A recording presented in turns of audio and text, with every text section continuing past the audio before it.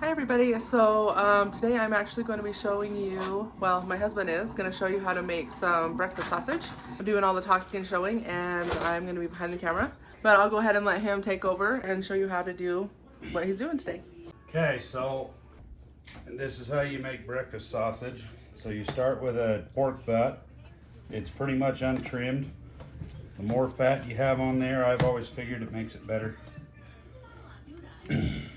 To start with, you want to dice it. Just cut it into cubes because you'll be grinding it later and that won't fit into the throat of the grinder unless you dice it up. So you just take your time, dice it. You don't really need to be too terribly particular because it's all going to get ground anyways. You do want it fairly cold. It should be cold enough that it's half frozen, like that part's still pretty hard and this is soft. You can see the difference there. And you want it cold for two reasons. First off, when you're dicing it, the colder it is, the easier it is to cut. Makes it easier for you when you're doing it. Second off, when you're doing your grinding, your temperature rises. Hot meat equals bacteria, and so you don't want to have it too hot. So the colder you have it, the better it is for you, and the better it actually grinds as well. While I'm finished grinding or dicing that, my wife can show you the equipment we're using today. First off, obviously, cutting board and a knife. Just a simple kitchen knife and a cutting board. Second, in the heart of the operations, the grinder. This one's the LEM brand big bite grinder with dual grind plates.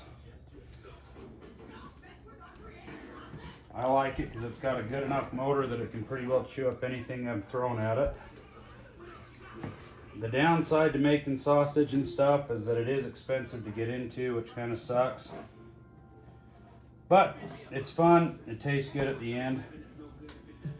Second off, I've got your standard meat lug, which is just a big tray. You don't have to use it, you can use bowls. But I've found that the meat lug, when you're doing a small batch like this, makes it kind of easy for the end mix, which I'll show you here in a little bit. This mixer, or the stuffer, and it's pretty self-explanatory. You put your meat in the tube, you hand crank it, put your casing on the end of the horn, and away you go. Find yourself a good sausage blend. So I've tried several different brands and have gotten all of the feedback from both my wife here and family members, friends, and anybody that I can coerce into trying it. For me personally, I really like this Owens Barbecue brand. Everything I've tried for them is really, really good. The price isn't too bad. They ship everywhere in the States. I haven't ever had to deal with their customer service because, well, they haven't ever screwed up. So for this batch, their kits come in a 25-pound batch. I'm halving it, so just use some simple math, and if you're lazy like me, use your calculator.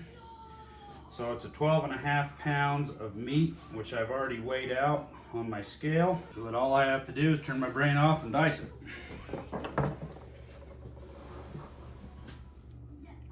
So this here is your 21mm fresh collagen casing, which will stuff the ground product into. Once you have your pieces diced, about like that, again, all you have to do is get it to where it'll fit in your hole. Then you want to dump it out into your meat tub or lug and measure out your seasoning. So again, here's our seasoning, and you can see here, use 0.75 pounds of seasoning for 25 pounds of meat. And I just take a simple bowl, I hit tear,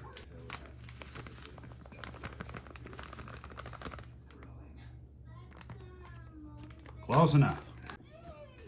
So there's your seasoning. Sprinkle it on there before before you do your first grind. So this will be a 2 grind mix because I want that finer product. And you just kind of toss it around a little bit. Try and get as much of it coated as you can because this is your flavor.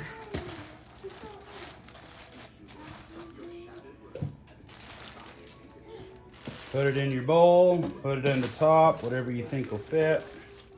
And you don't have to be super particular to get every ounce on there because your grind's gonna go back in. It's all gonna be ground back into here and it'll pick up what you miss because you're gonna have 2 grinds. Okay, so it's simple as turn it on, stuff it in. So this is your outlet, pretty self-explanatory. Just be careful with your fingers. This one's it's got a pretty long throat, so you won't be able to get your finger in it, but don't put your fingers anywhere you wouldn't want to. And it's literally stuff it in and let the machine do the work. The best part about this step too is you get a smell of the seasoning of what your final product's gonna be, and it smells really good.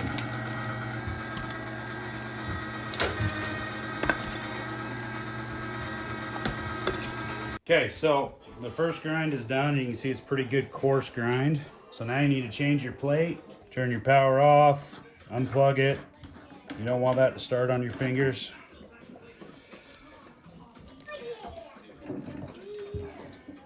So this is your coarse plate. This is a dirty version of the fine plate. I ground some other sausage a few minutes ago, so it's not like this is old, but this is the size of your final grind. You just align that notch up in the bottom. I don't know if you can see that. There's a small notch right there that lines up in the bottom, nice and flat. Spin your plate back on.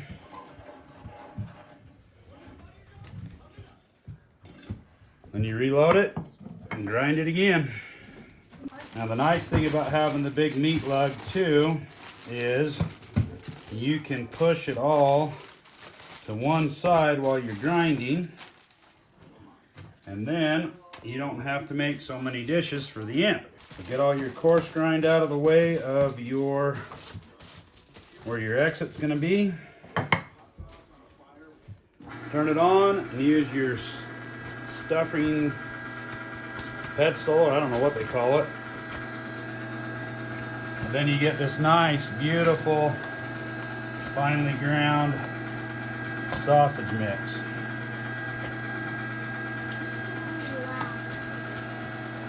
You can make patties with this. LEM makes a patty maker.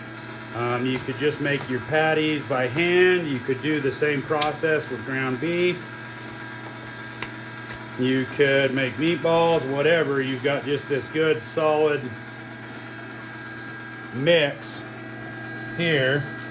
And you could use the breakfast sausage blend for about whatever.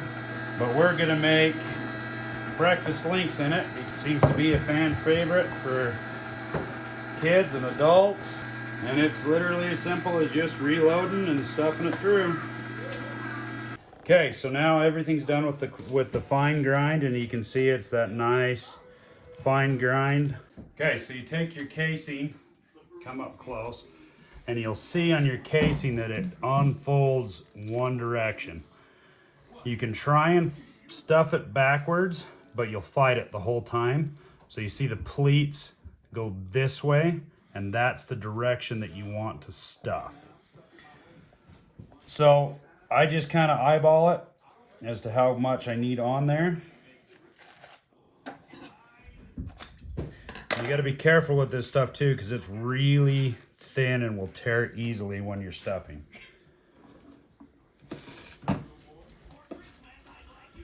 Tie a knot in the end so you don't waste any product. Okay, so it's as simple as making a ball out of your product, dumping it in there. Get it relatively full. So you want to leave a little bit of headspace in there so that when your piston is pushing down, you're not going to get any product out of the top. I always like to keep a couple of paper towels around because you want to have your hands somewhat dry, but it's not super critical. And then it's just as simple as turning the handle. And as you can see, I have my previous batch in there, which we can include a picture on, but it was a maple sausage, and I added blueberries to it. And the test piece was really good. Now when you're stuffing these, you want it to be fairly loose. When I first started making the smaller links, particularly with my snack sticks, I always went tight, and then as I was doing stuff with it, trying to move it or whatever, they would break. And then you end up with a cut in the middle, which you don't particularly want or like. So all I did there is just cut a little cut to relieve some pressure. I'm just gonna make this coil as I go so that it's kind of out of my way, and then when I go to twist my links together, I have something to work off of. Oops.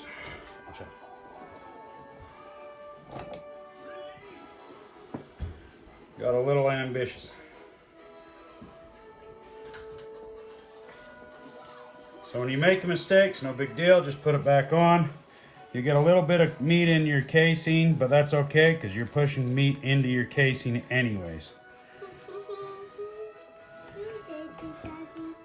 So what I like to do is bury the end of the horn in the product, and that will help your air escape.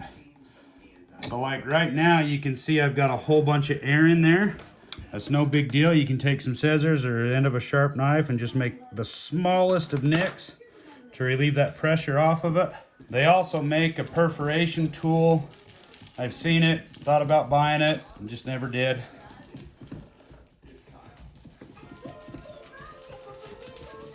So if I need to stop and make a correction or anything, I'll turn it backwards to take the pressure off. Otherwise it will continue to stuff, and then you make a mistake and have to reset your casing.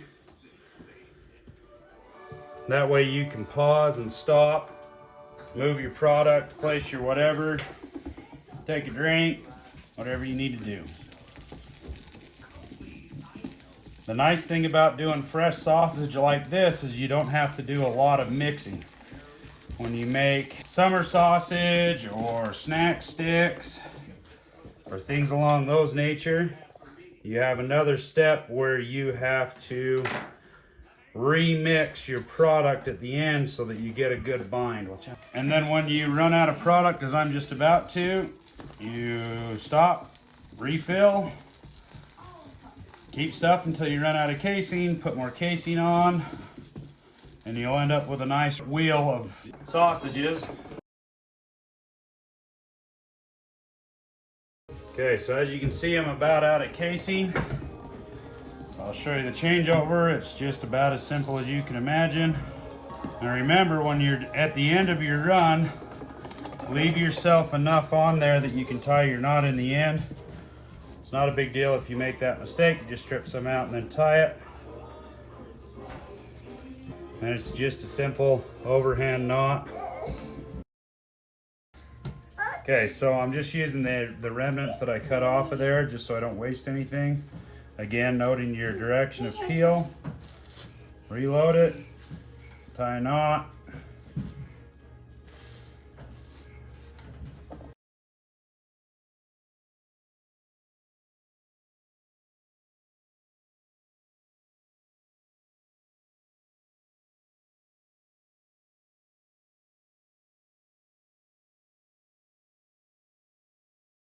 So now you've got one mostly continuous loop of sausages.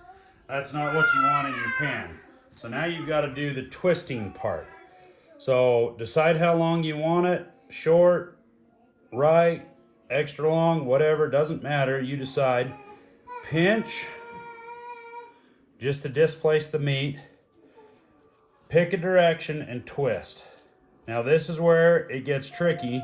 You pinch again, and you twist opposite of the first direction so that your first twist does not untwist. Now this isn't super critical. You'll screw it up a whole bunch, or at least I did. Important part is that you get some sort of twist just to displace it, because you're going to end up cutting it in the end. And remember, these are not super uniform. This is homemade sausage. You're not trying to sell it in a store. It's for you, your family. Once you've made a few, take your handy kitchen shears, cut, and these will unravel to a point. That's fine. When you cook them in a pan, it's just going to somewhat hold that shape.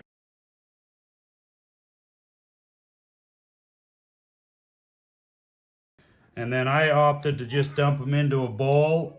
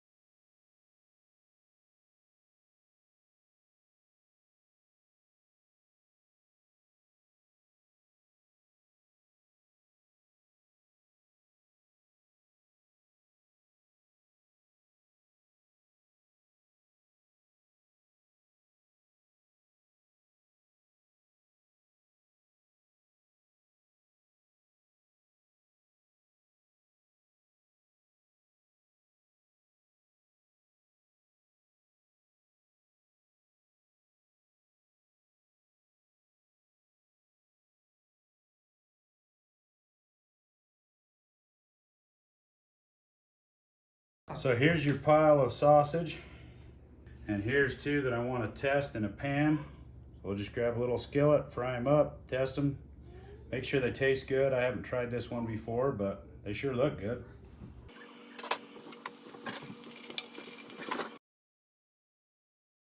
Okay, so these are the sausages I did first before we decided to film. These are Owen's Barbecue Maple Seasoning Mix. And then I added frozen blueberries in there, as you can see right there. And there, that's what those dark splotches are. I got that idea from a YouTube video by the Bearded Butchers. If you don't watch them, you should. But they made some, and then it kind of just percolated in my head all week until I decided, hey, I want to try it. So I did. I did throw these links in the freezer for, I don't know, a couple hours maybe. Just because I wanted to firm up a little bit so they wouldn't squish so much when I vacuum packed them. And I'm doing 10 links per package. Last thing it needs is some Sharpie work to tell you what it is so you don't forget it in the freezer. Then you can freeze it.